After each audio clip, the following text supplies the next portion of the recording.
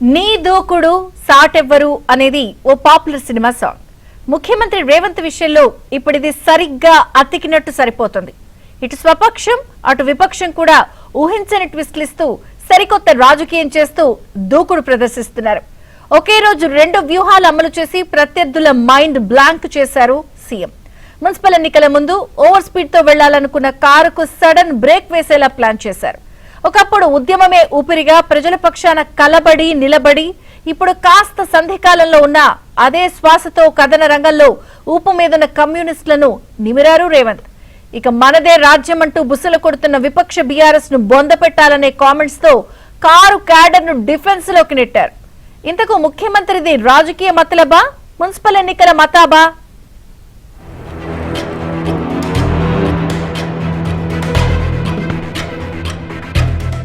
X పార్టీలను తూర్పార పట్టడం, విమర్శలతో పంచు డైలాగులతో రఫ్ఫాడించడం ఇదే రాజకీయం అనుకుంటూ ఉంటారు. ఇది అందరూ చేసేదే. Think different, out of the box ఆలోచిస్తే సమయం ఏదైనా సందర్భం ఏదైనా తనకు అనుకూలంగా మలుచుకొని స్వపక్షం విపక్షంతో పాటు తటస్థులతోనూ వావ్ అనిపించేలా చేసేవారిని ఏమంటారంటే సీఎం రేవంత్ అనాల్సిందే. నందమూరి తారక రామారావు గారికి అభిమానులు ఉన్నారు, నారా చంద్రబాబు నాయుడు గారికి సహచరులు అనుచరులు ఉన్నారు. వాళ్ళందరికీ నా విజ్ఞప్తి ఒక్కటే. విన్నారుగా, ఖమ్మం జిల్లా మద్దులపల్లి మున్సిపల్ ఎన్నికల సన్నాహక సమావేశంలో ఆదివారం ముఖ్యమంత్రి రేవంత్ రెడ్డి చేసిన కామెంట్స్ కాదు పొలిటికల్ డైనమైట్స్. జరుగుతున్నది పక్కా కాంగ్రెస్ అనుకూల సమావేశం. మరి ఇక్కడ ఎన్టీఆర్ పేరును రేవంత్ ఎందుకు ప్రస్తావించారు? సందర్భోచితంగా ముఖ్యమంత్రి చేసిన ఈ కామెంట్స్ కనీసం సొంత పార్టీ నేతలు కూడా ఊహించి ఉండరు. ఉమ్మడి ఖమ్మం జిల్లాలో ఇప్పటికీ ఎన్టీఆర్ అభిమానులు చాలా మందే ఉన్నారు. రాజకీయంగా ఇప్పటికీ ఖమ్మం గుమ్మంలో టీడీపీకి బలమైన పునాదులే ఉన్నాయి. ఇటీవలే సర్పంచ్ ఎన్నికల్లో కూడా తెలుగుదేశం హవా కనిపించింది. కనుచూపు మేరలో మున్సిపల్ ఎన్నికలకు నగారా మోగనుంది. జరుగుతున్న సభ కూడా అందుకు సన్నాహకమే. అందుకే సరికొత్త ఎత్తుగడతో ఎన్టీఆర్ అభిమానులను, టీడీపీ క్యాడర్ ను ఉత్తేజపరిచేలా సీఎం రేవంత్ చేసిన కామెంట్స్ బీఆర్ఎస్ కు ఓ రకంగా ఇబ్బంది కలిగించేవే. కాదు జీవన్మరణ సమస్య. వరుసగా జరిగిన ఎన్నికల్లో ఓటమి చవిచూసిన కారుగుర్తు పార్టీకి పురపాలక ఎన్నికలు నిజంగానే చావో రేవోనే. వరుస ఓటములతో కుదేలైన బీఆర్ఎస్ ను ఇంకా జీవోత్సవాన్ని చేయాలంటే ఖమ్మం జిల్లా నుంచి కేసీఆర్ ను తరిమి కొట్టాలనే వ్యూహాత్మక పిలుపునిచ్చారు రేవంత్ రెడ్డి. తెలంగాణలో ఉన్నవే 3 మేజర్ పార్టీలు. కాంగ్రెస్ అధికారంలో ఉంది, బీఆర్ఎస్ విపక్షంలో ఉంది. ఇక బీజేపీ ఉమ్మడి ఖమ్మం ప్రభావం అంతంత మాత్రమే. ఇక్కడ కాషాయ పార్టీ ఉనికిపాట్లు పడుతోంది. అందుకే మున్సిపల్స్ లో ప్రధాన ప్రత్యర్థి బీఆర్ఎస్ పార్టీనే. టీడీపీని తెలంగాణలో లేకుండా చేస్తానని శపథం చేసిన కేసీఆర్ ను జిల్లా నుంచే తరిమి కొట్టాలని పిలుపునిచ్చి మునుపెన్నడి చూడని రాజకీయ చాతుర్యాన్ని ప్రదర్శించారు ముఖ్యమంత్రి రేవంత్. నందమూరి తారక రామారావు గారికి అభిమానులు ఉన్నారు, నారా చంద్రబాబు నాయుడు గారికి సహచరులు అనుచరులు ఉన్నారు. వాళ్ళందరికీ నా విజ్ఞప్తి ఒక్కటే. ఈ తెలంగాణ రాష్ట్రంలో తెలుగుదేశం ఉండొద్దని కక్ష గట్టి ఆ పార్టీ నాయకత్వాన్ని దెబ్బతీసిన చంద్రశేఖరరావును, బీఆర్ఎస్ ను సమూలంగా 100 మీటర్ల గోతి తీసి పార్టీ పెట్టినప్పుడే బీఆర్ఎస్ వాళ్ళు గద్దెలు దిగాలి, ఊర్లలో బీఆర్ఎస్ దిమ్మలు కూలాలి. అప్పుడే నందమూరి తారక రామారావు గారికి నిజమైన నివాళులు అర్పించిన వాళ్ళం అవుతాము. ఆ విధంగా మనము ముందుకు వెళ్లాల్సిన అవసరం ఉన్నది. బీఆర్ఎస్ ను బొంద పెట్టాల్సిన బాధ్యత మన అందరి మీద ఉన్నది. మిత్రులారా, రైజింగ్ తెలంగాణ సమ్మిట్ దగ్గర నుంచి దూకుడు మీదున్న రేవంత్ రెడ్డి పాలనపై గ్రిప్ సంపాదించారు. పార్టీలోని అంతర్గత వ్యవహారాలను చక్కదిద్దారు. సర్పంచ్ ఎన్నికల్లో తన పాలనకు ప్రజల నుంచి ఊహించిన దానికి మించి మార్కులు పడ్డాయి. ఇక ముందున్న సవాల్ పట్టణ ఓటర్ నాడి తెలుసుకోవడమే. త్వరలో జరగబోయే మున్సిపల్ ఎన్నికల్లో గెలుపే లక్ష్యంగా పకడ్బందీ వ్యూహాన్ని సిద్ధం చేసుకుని అందరికంటే ముందే జనంలోకి వెళ్లి ఇది కాంగ్రెస్ ఎజెండా అని ప్రచారం చేసుకుంటున్నారు ముఖ్యమంత్రి. సరిగ్గా ఇదే సమయంలో వరంలా వచ్చింది సిపిఐ 100ఏళ్ల సంబరం. కమ్యూనిస్టుల కిల్లాగా పేరున్న ఉమ్మడి ఖమ్మం, నల్లగొండ జిల్లాల్లో వామపక్ష భావాజాలం ఎక్కువ. ఇప్పటికే కాంగ్రెస్ తో పొత్తులో ఉన్న సిపిఐ మిత్రధర్మం ప్రకారం ఈ 2 జిల్లాల్లో అన్ని చోట్ల పోటీ చేసే అవకాశం ఉండదు.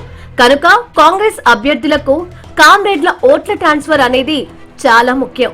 అందున గత 2 ఏళ్లలో ఎంతో కొంత ఉన్న ప్రభుత్వ వ్యతిరేకత విపక్ష బీఆర్ఎస్ వైపు మళ్లకుండా ఉండేందుకు ఖమ్మంలో జరిగిన సిపిఐ 100 ఏళ్ల సభను తనకు అనుకూలంగా మలుచుకోవాలనే కొత్త గేమ్ కు తెరలేపారు రేవంత్ రెడ్డి. అటు ఎన్టీఆర్ సెంటిమెంట్ తో, ఇటు కామ్రేడ్ల సానుభూతి పరులతో కలిసి బీఆర్ఎస్ ను బొందపెట్టే ప్లాన్ అన్నమాట. కమ్యూనిస్టు మిత్రులను స్ఫూర్తిగా తీసుకొని మొన్న జరిగిన ఎన్నికల్లో పాశవికంగా వ్యవహరిస్తున్న ప్రభుత్వాలను పడగొట్టినం. మిత్రులారా, ఈనాడు ఈ వేదిక మీద నుంచి ఈ రాష్ట్రమే కాదు ఈ దేశాన్ని పట్టి పీడిస్తున్న పాశవిక శక్తులను ఓడించడానికి మనం ప్రతిజ్ఞ చేయాల్సిన అవసరం ఉన్నది. ఖమ్మం జిల్లాలో బీఆర్ఎస్ దిమ్మలు కూలగొట్టి పీకల దాకా పాతి పెట్టాలన్న ముఖ్యమంత్రి రేవంత్ కామెంట్స్ పై సహజంగానే కారు పార్టీ గుస్సా అయింది. దీనిపై ఆదివారమే స్పందించిన ప్రెస్ నోట్ తో సరిపెట్టుకున్న బీఆర్ఎస్ నేతలు ఇవాళ నోటికి పని చెప్పారు. బీఆర్ఎస్ జెండా గద్దెల జోలికి వస్తే రేవంత్ దుమ్ము దుమ్ము అయిపోతావంటూ ఘాటుగానే కామెంట్ చేశారు ఆ పార్టీ ఎమ్మెల్యే హరీష్ రావు.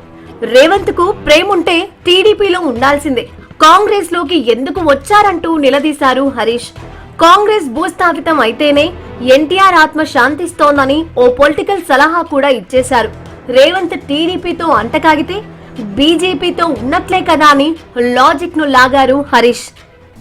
మన ముఖ్యమంత్రి అంజయ్ గారిని అవమానిస్తే ఆ రోజు తెలుగుదేశం పార్టీ పుట్టింది. తెలుగుదేశం పుట్టుకనే కాంగ్రెస్ వ్యతిరేకంగా.